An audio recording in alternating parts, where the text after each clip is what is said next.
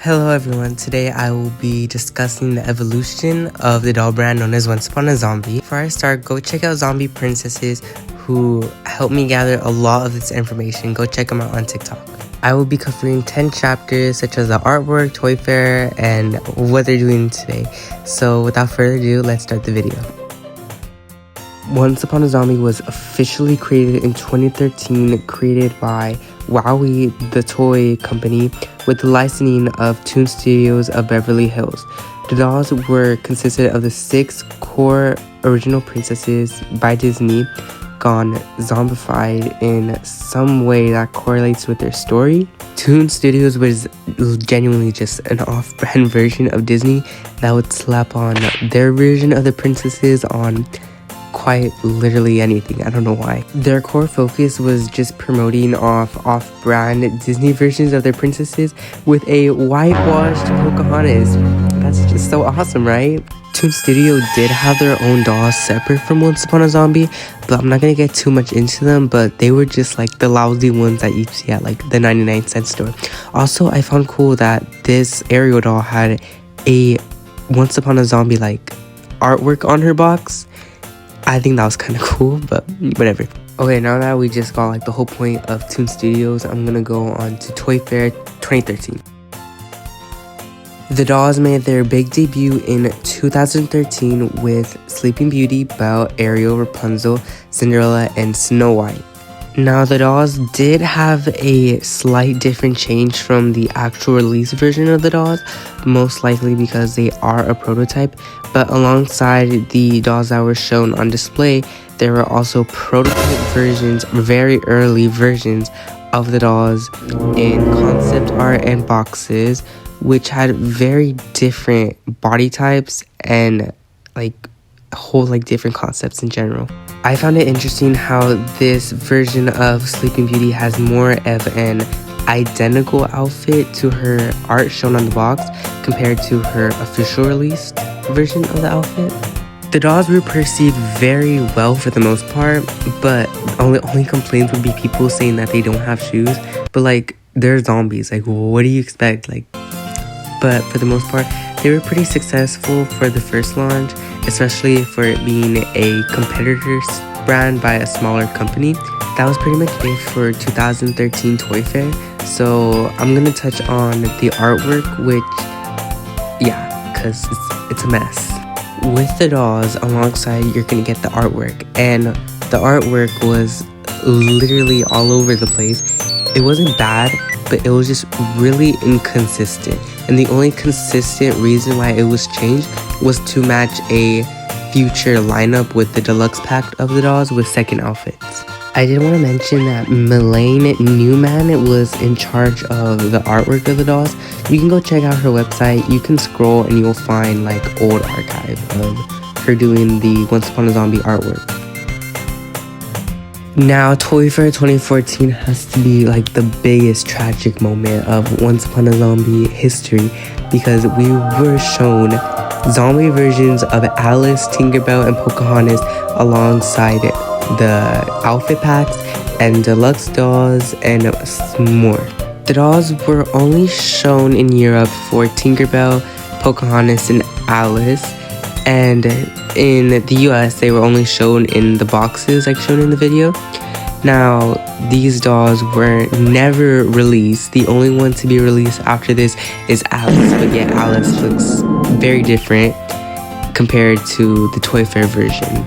Now, the reason these dolls were most likely never made it to shelves was because by the time they were set to release, which was Christmas 2014, Wowie stopped producing the dolls, and Pamson was new company to start producing the dolls, which only led Alice to be released afterwards. But they were deluxe packs and fashion packs for the dolls alongside a 6-pack for the dolls. I did also want to touch on how they were like budget, more cut down version of the dolls in single boxes, and somehow these dolls actually made it out.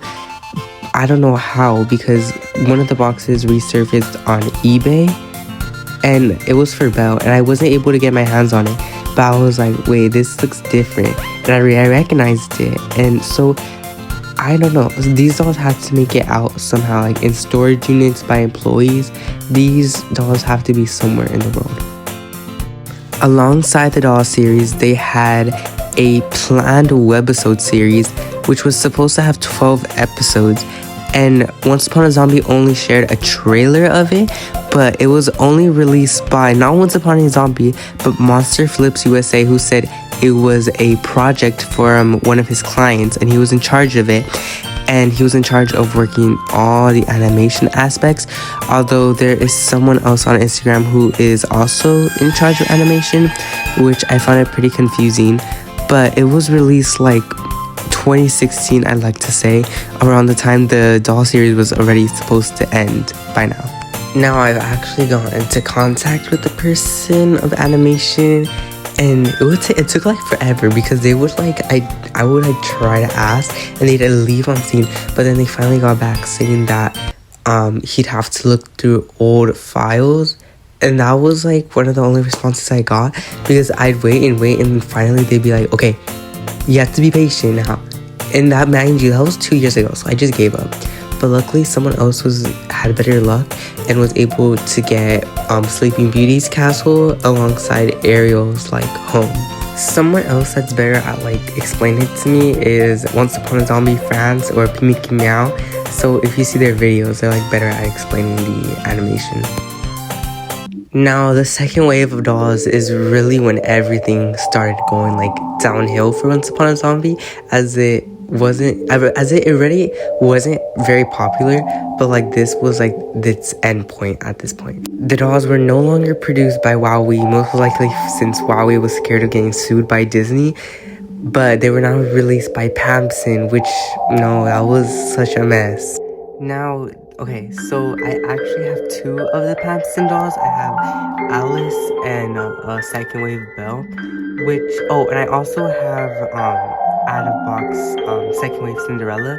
But one thing I really did want to mention is that the Second Wave dolls' bodies were so horrible. My Cinderella's torso split in half trying to put her dress on. It was horrible. The quality went down really bad. And yes, Once Upon a Zombie didn't have good quality at most, but this was such a downgrade. Also to mention, the boxes were horrible, and it's not even mine. Every box of the Second Wave were beat up and destroyed, and no, it was horrible. These dolls were a mess, and we lost a baddie, Alice, and we got this. This is something else.